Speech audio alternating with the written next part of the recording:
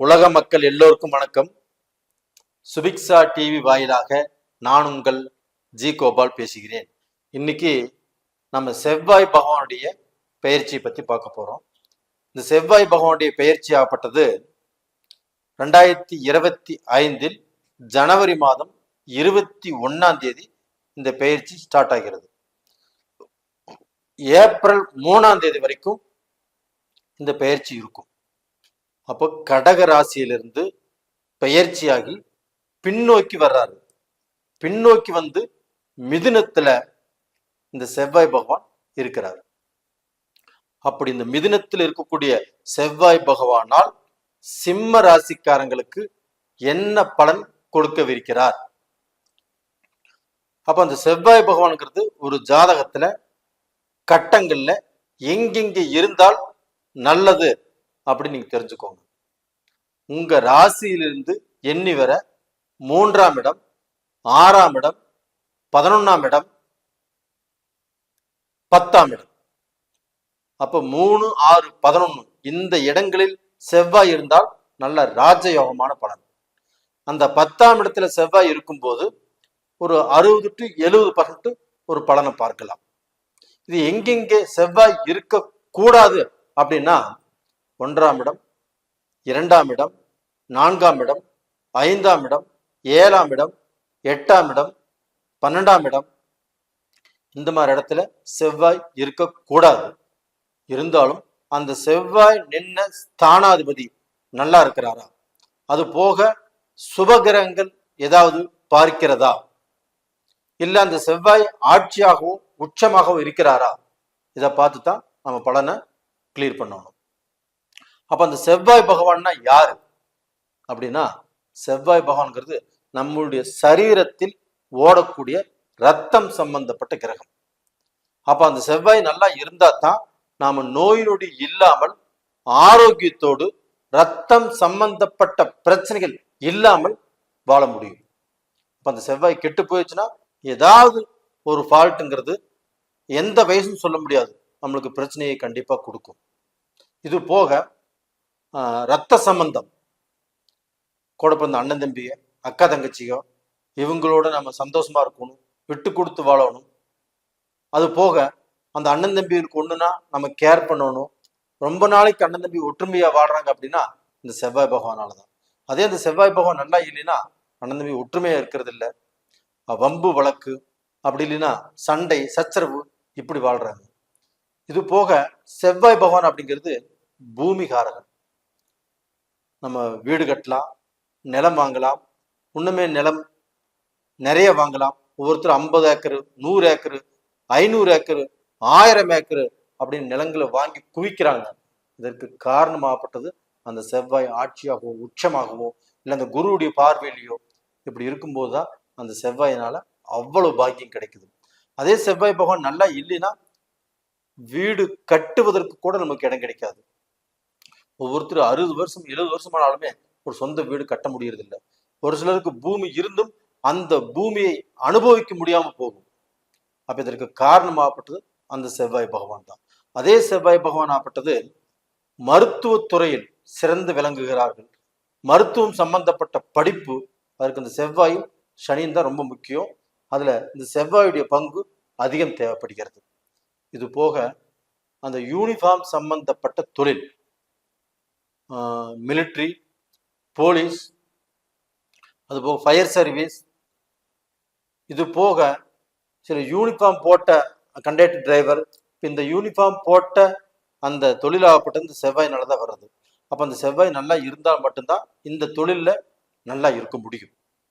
அப்படிப்பட்டவர்களுக்கு இந்த செவ்வாய் பகவான் சிம்ம ராசிக்காரங்களுக்கு இப்போ மிதுனத்தில் இருக்கக்கூடிய செவ்வாய் பகவான் எப்படிப்பட்டவர், என்ன செய்ய போகிறார், அதைத்தான் இப்போ பார்க்க போறோம்.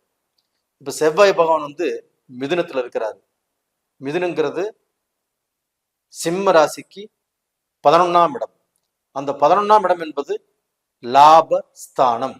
அப்ப அந்த லாபஸ்தானத்தை, அந்த லாபஸ்தானத்தில் செவ்வாய் இருக்கிறார்.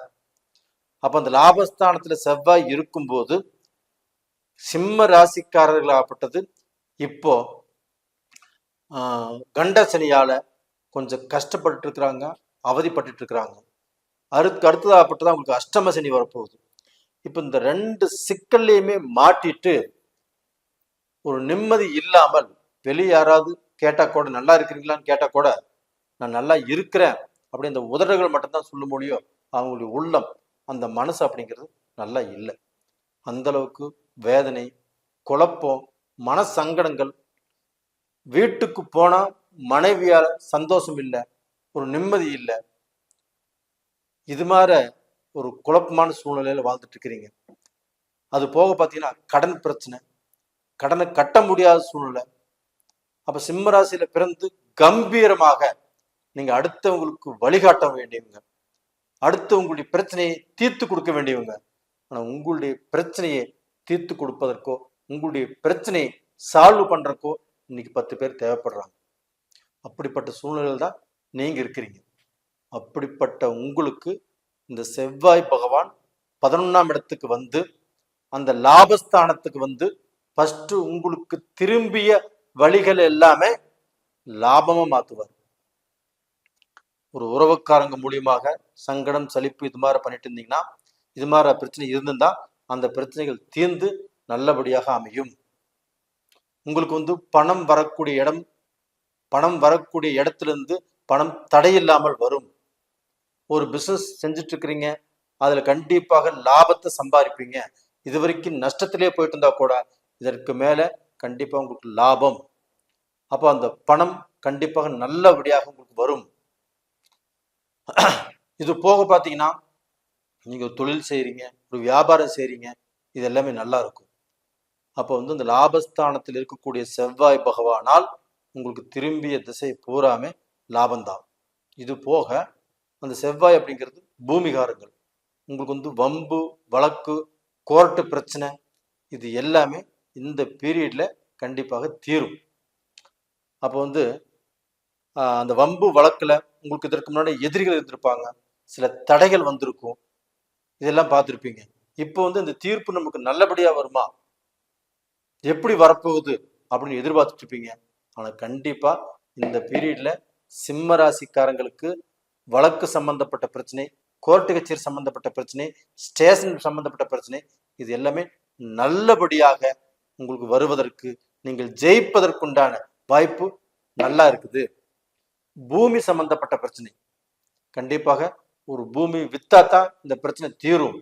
பூமி விற்கவே முடியல, நம்மளுக்கு ரொம்ப நஷ்டத்துக்கு கேட்கறாங்க, நம்ம எப்படா கொடுக்கறது அப்படின்னு குழம்பிட்டு இருந்த உங்களுக்கு இந்த பீரியட்ல கண்டிப்பா இந்த பூமியும் சேல்ஸ் ஆகும். அந்த சேல்ஸ் ஆகக்கூடிய பணத்தை வச்சு உங்களுடைய கடனை கட்டி நீங்க நல்ல பொசிஷனுக்கு வரக்கூடிய வாய்ப்புகள் இருக்குது. அப்ப அடுத்தவங்க கிட்ட கெட்ட பேர் வாங்காமல் நீங்க கொடுத்த வாக்கு காப்பாத்துவீங்க.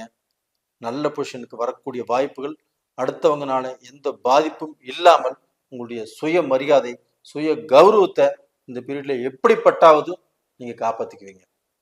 இது போக பார்த்தீங்கன்னா உங்களுக்கு வந்து அந்த செவ்வாய் பகவான் உங்களுடைய ராசியவே பார்க்கறாரு. உங்களுக்கு ஒரு தைரியத்தை கொடுப்பாரு, ஒரு தன்னம்பிக்கை கொடுப்பாரு. எது வந்தாலும் பரவாயில்ல, நான் ஜமாளிச்சிருவேன், நான் இதை வந்து நான் கரெக்ட் பண்ணிடுவேன் அப்படின்னு ஒரு சோர்ந்து போன மனசுக்கு அந்த செவ்வாய் பகவான் பார்க்கறதுனால ஒரு தைரியம், ஒரு தன்னம்பிக்கை எல்லாம் வரும். அது போக உங்களுடைய ராசிக்கு 4ஆம் இடம், 4ஆம் இடத்ததிபதி 11ஆம் இடத்துல இருக்கிறாரு. அப்ப தாய் வழியில இருக்கக்கூடிய பிரச்சனைகள் தீரும். தாய் வழியில ஏதாவது சொத்து உங்களுக்கு வரக்கூடிய வாய்ப்புகள் உருவாகும்.